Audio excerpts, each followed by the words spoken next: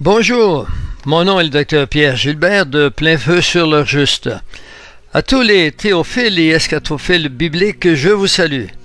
Depuis 25 ans, Plein Feu sur l'heure juste vous a présenté de précieuses prophéties qui ont éclairé nos pas vers leur réalisation, lesquelles nous vivons maintenant. Aujourd'hui, nous vous présentons une autre phase de l'eschatologie qui n'est pas une sortie hors piste, mais plutôt l'inverse du long fil des événements, c'est-à-dire un retour vers un lointain passé, riche en histoire, en accomplissements et en savoir, tout en ayant la capacité de répondre aux cases manquantes du grand casse-tête de la création.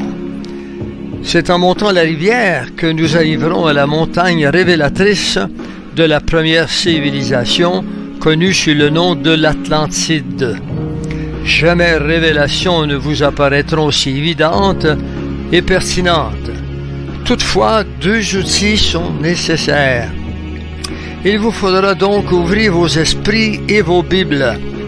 C'est en collaboration avec M. Éric Louambet, eschatologue, théologien, juriste, pasteur, fondateur d'une église au Gabon, ainsi qu'auteur de plusieurs ouvrages sur l'antiquitologie, j'ai bien dit l'antiquitologie, que Plein Feu sur l'heure juste, accompagné de la précieuse aide technologique de Richard Saint-Laurent, producteur de His de Lem, vous présente une série d'épisodes dont l'unique objet est de vous faire valoir ce qui fut, au tout début, préalablement à l'Éden de nos premiers ancêtres, Adam et Ève.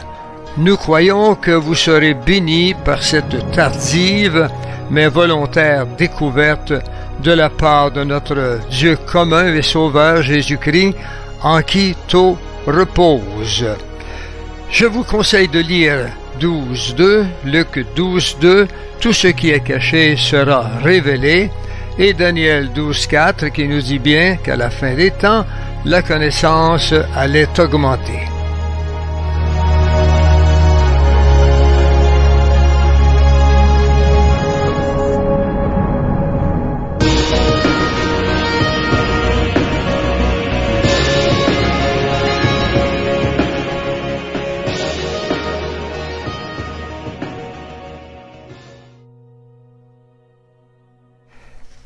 Le mythe de l'Atlantide. L'Atlantide est une légende qui a longtemps fasciné l'imaginaire de l'homme. Au cours des siècles, aucun mythe n'aura fait couler autant d'encre. Elle a déchaîné des passions, excité la curiosité de nombreux chercheurs scientifiques et archéologues qui tendent de plus en plus aujourd'hui à admettre qu'elle a bel et bien existé. Le philosophe Platon, au IVe siècle avant Jésus-Christ, est le premier à consacrer un ouvrage sur l'Atlantide dans ses dialogues intitulé Critias. Dans cet ouvrage, son disciple Critias donne un récit des plus détaillés sur cette civilisation, affirmant qu'il l'a reçu de son grand-père Solon, lequel, Solon, le tenait de prêtre égyptien qu'il aurait rencontré lors d'un voyage au pays des pyramides. Du récit de Platon, il ressort que l'Atlantide est la mère des civilisations qui aurait existé 9000 ans avant Jésus-Christ, c'est-à-dire 11 000 années avant notre époque, que les Atlantes ont vécu une ère de gloire et sont devenus orgueilleux, qu'ils provoqueront la colère des dieux, lesquels décideront de les châtier et d'anéantir leur monde. Que l'île continent qui formait l'Atlantide était aussi grande que la Libye et l'Asie et constituait un paradis sur la terre, qu'elle était située au-delà des colonnes d'Héraclès, c'est-à-dire après le détroit de Gibraltar, dans l'océan Atlantique actuel, et que ce fut le territoire donné au dieu Poséidon. Que les Atlantes étaient d'excellents commerçants qui maîtrisaient la navigation et avaient des connaissances techniques et une organisation politique des plus perfectionnées. Que sa capitale, la cité dénommée Poséidonis, était faite de plusieurs enceintes circulaires de terre et de mer, mais aussi d'édifices recouverts de métaux précieux, principalement d'or et d'argent, que le dieu Poséidon partagea ce royaume à ses 10 fils. Que par leur orgueil et leur arrogance et leur rejet de toute vertu, les Atlantes finirent par attiser la colère des dieux qui décidèrent de détruire tout son continent par un cataclysme, et que leur fin est arrivée en une nuit et par un engloutissement sous les mers.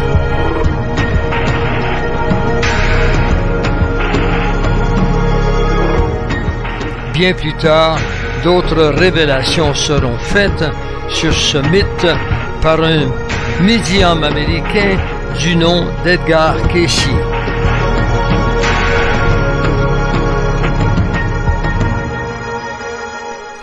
Cayce donne lui aussi une description extrêmement riche de l'Atlantide, basée cette fois-ci sur des visions qu'il aurait reçues et qui corroborent et amplifient le récit de Platon.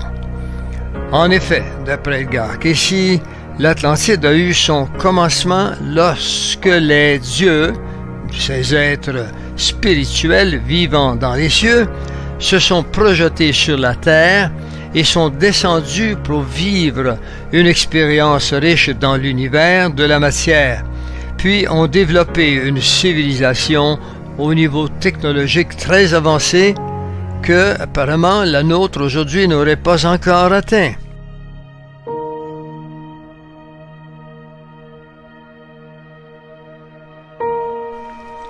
La cité principale, qui était la capitale de ce monde, d'après Cayce, était alimentée par une source d'énergie qui commandait tout un réseau d'engins motorisés et volants. Ses habitants, les Atlantes, guérissaient le corps physique au moyen de rayons X et avaient une maîtrise de la génétique et de la chimie. Mais ceux-ci, devenus amoureux de la matière, ont été piégés et corrompus par elle, au point qu'ils ont fini par abandonner les vertus divines et les principes de sagesse et sont devenus laids.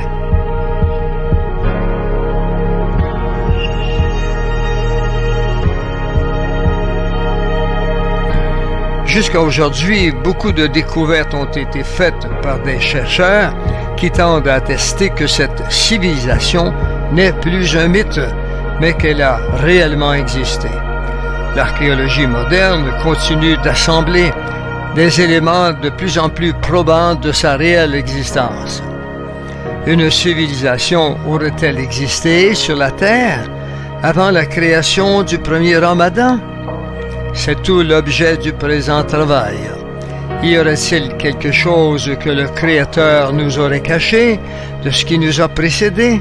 Ou n'étions-nous pas encore prêts pour voir ce mystère enfoui au plus profond des textes sacrés?